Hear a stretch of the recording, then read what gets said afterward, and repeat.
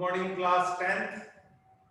As we are discussing the chapter number 1, Nationalism in Europe. Now we reached unification of the topic, unification of Germany. As we discussed several points that hunger, hardship and revolt. Afterwards the Frankfurt Parliament was spared to maintain the law and order, and the aristocratic people followed the policy of giving relaxation to other people. Now we reached at the unification of Germany. The most important person in the unification of Germany was Otto von Bismarck. He was born in 1815.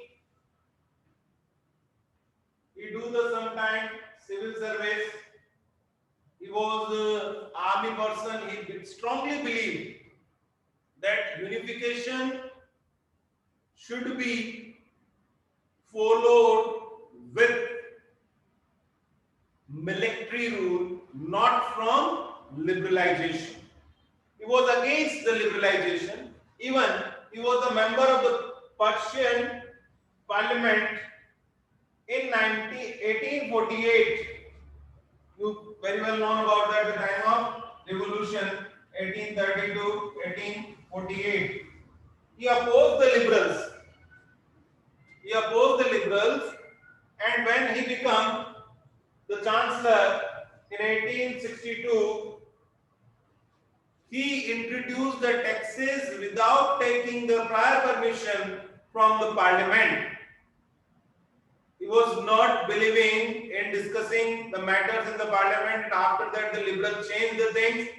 He strongly believed that the unification cannot be done with the speeches, rallies, suggestion and protest against the king and the domination power of other countries. It should be bring with the policies of blood and iron continuous war, and he followed these policies. He first war with the Denmark in 1864. That was the first part of the unification. With Denmark, he won the war. Austria-Prussian War, second phase. You remember that these countries doesn't want to unify Germany. So second war with Austria, again he won the war, and third war with the France. France, the same country that in 1789 they protest against the domination of the power during the French Revolution and established democracy over there. But after 1815 Vienna Congress and Napoleon Bonaparte's declaration of Napoleon Bonaparte, they again followed the policy of aristocratic rule. So the fight between Prussia and France, and Bismarck won the fight. And most important thing, with the Treaty of Frankfurt in 1871, France have to pay $200 million to Prussia as a war compensation. This was the great thing done by Otto von Bismarck. So, with the help of policy of blood and iron, Bismarck united Germany. Frankfurt Parliament, again the place Frankfurt, it is more important, the Treaty of Frankfurt, Parliament of the Frankfurt. So everything what is happening in the Germany, it is moves around the Frankfurt.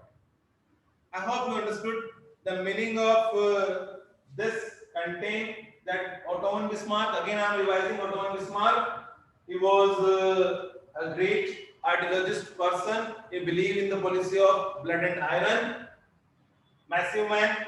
He belongs to civil service. From 1847, he became the member of the parliament in Berlin. In 1848, he opposed liberal proposals, all liberal proposals. He was in the opposition of all liberal proposals. He doesn't want to give liberty to the people that they can do anything. He wants that we want to unify it, but under the military rule, under the disciplined rule. Then in 1862 he became the chancellor, and when he became the chancellor, He used his power recklessly, mercilessly, that without taking prior permission of parliament, he introduced the tax and collect the tax. Not only introduce, he collect the tax. And then he followed the policy of continuous 4, first phase, 1864, second phase, 1866, third phase, 1870, and most importantly, remember this thing, France, their dynastic rule have to pay 200 million pounds as a war compensation to Germany.